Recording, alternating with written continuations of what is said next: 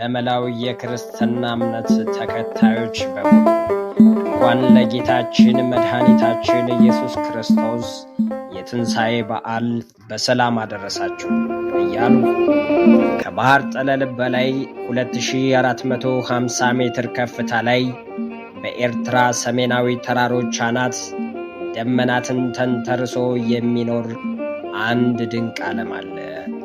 ደብረ ቢዘን ይባላል። ወደዚህ ገዳም ለመድረስ የሚደረገውን ጉዞ ብቻውን አንድ ትልቅ ትምህርት ነው። ገዳሙ የሚገኝበት ቦታ ከደመና በላይ ነው ይባላል። የአካባቢው መልክዓ ምድራዊ አቀማመጥ ከናፋሲት ከተማ ተነስቶ የሚደረገው የ7 ኪሎ ሜትር የእግር ጉዞ ተጓዦች በተራራው ላይ የሚያጋጥሟቸው ፈተናዎችና የመንገዱ አስቸጋሪነት ትልቅ የእምነት ጽናትና የነፍስ ስንቅ ነው። በዛሬው ቪዲዮ በ9 ምስጢራት ላይ የተመሰረተ እጅግ ሰፊና አስደናቂ ጥልቅ የማይታመኑ እውነታዎችን ይዳሰሳሉ።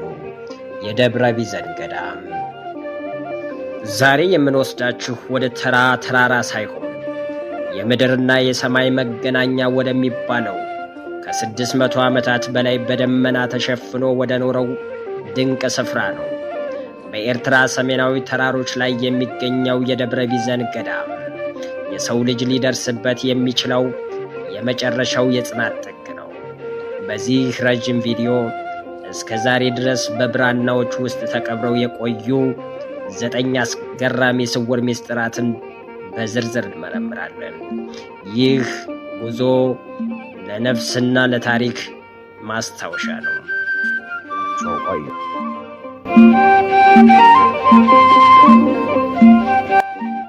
ምስጢር 1 የብርሃን ምሰሶውና የቦታው ምርጫ። ታሪካችን የሚጀምረው በ14ኛው ክፍለ ዘመን ነው። አቡነ ፊልጶስ ገዳሙን ከመመስረታቸው በፊት ለ7 ቀናት በሱባኤ ላይ ሳሉ አንድ ግዙፍ የብርሃን ምሰሶ ከሰማይ ወርዶ አሁን ገዳሙ ያለበትን ተራራ ጫፍ ሲያበራው ተመለከቱ። ይህ ምስጢር ቦታው በፈቃደ እግዚአብሔር የተመረጠ ቅዱስ ተራራ መሆኑን ያመለክታል። ቢዘን የሚለው ስም ትርጉሙ መዝጊያ ወይም መለኪያ ነው። ይህ ተራራ ለምድር መዝጊያ፣ ለሰማይ ደግሞ መክፈቻ መሆኑን መነኮሳቱ ዛሬም በምስጢር ይናገራሉ። ምስጢር 2 የሴቶችና የሴት እንስሳት እገዳ። በደብረ ቢዘን ሴቶች አይገቡም። ይህ የታወቀ ነው። ነገር ግን ምስጢሩ ከዚህም ይልቅ ይረቃል። ሴት እንስሳት እንኳን ወደ ገዳሙ ቅጥር አይገቡም። ላም፣ በግ፣ ፍየል ወይም ዶሮ በገዳሙ ውስጥ የሉም። ይህ የሆነው ለምንድን ነው? ይህ ሕግ የመነጨው ከፍጹም ንጽሕና ፍልስፍና ነው። መነኮሳቱ ከማንኛውም ዓለማዊ የመራቢያ ዑደት ወጥተው እንደ መላእክት የሚኖሩበት ድንግላዊ ምድር ለመፍጠር ነው። ይህ ጥብቅ ሥርዓት ለ600 ዓመታት ሳይበረዝ መቆየቱ ራሱ ትልቅ ምስጢር ነው።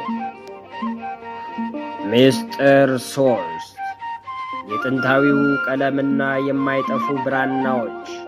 በገዳሙ ግምጃ ቤት ውስጥ የሚገኙት መጽሐፍት ከ600 ዓመታት በላይ የተጻፉ ናቸው።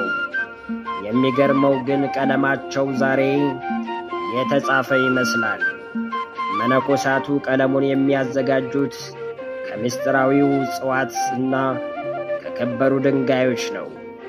ይህ ቀለም በውኃ አይጠፋም፣ በፀሐይ አይደበዝዝም።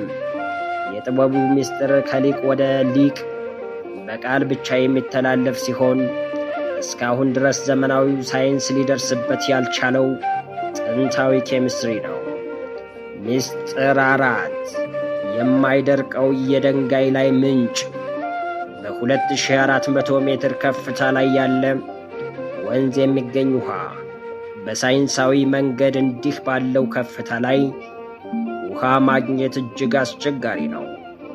ነገር ግን በአቡነ ፊልጶስ በትረ ሙሴ ከድንጋይ የፈለቀው ምንጭ ዛሬም ሕያው ነው። ምንጩ በድርቅ ወቅት እንኳን አይደርቅም። መነኮሳቱ ውሃውን እንዴት ለምግብና ለጸሎት እንደሚጠቀሙበት እንዲሁም የውሃው የመፈወስ ኃይል ምስጢር ለዘመናት ሳይለወጥ ቀጥሏል። ምስጢር 5 የሰንበት ጽናትና የጊዜ ቀመር ወይም ባሕረ ሐሳብ። ደብረ ቢዘን የጊዜና የዘመን መቁጠሪያ ማዕከል ነው። መነኮሳቱ የከዋክብትን አካሄድና የዘመናትን መለዋወጥ የሚያውቁበት ጥንታዊ ባሕረ ሐሳብ አላቸው። የዓለምን ፍጻሜና ታላላቅ ኩነቶችን የሚተነብዩ ምስጢራዊ ስሌቶች በገዳሙ ይገኛሉ። የቀዳሚት ሰንበት ወይም ቅዳሜ መከበር አለበት በሚል መነኮሳቱ ከነገሥታት ጋር ያደረጉት ተጋድሎና ለሃይማኖታዊ ነጻነት የከፈሉትን ዋጋ የታሪክ ትልቅ አሻራ ነው። ምስጢር 6 የተራራው የደመና ጋሻ። በታሪክ ውስጥ ገዳሙን ለማጥፋት የመጡ ብዙ ኃይሎች ነበሩ። ነገር ግን ተራራው አጠገብ ሲደርሱ በድንገት በሚመጣ ጥቅጥቅ ያለ ጭጋግ ተሸፍነው መንገዳቸውን ይስቱ ነበር። ጠላቶች ገዳሙን ማየት ይሳናቸዋል። ይህ የደመና መጋረጃ ገዳሙን ከጠላት የሚከላከል ስውር ጋሻ ነው።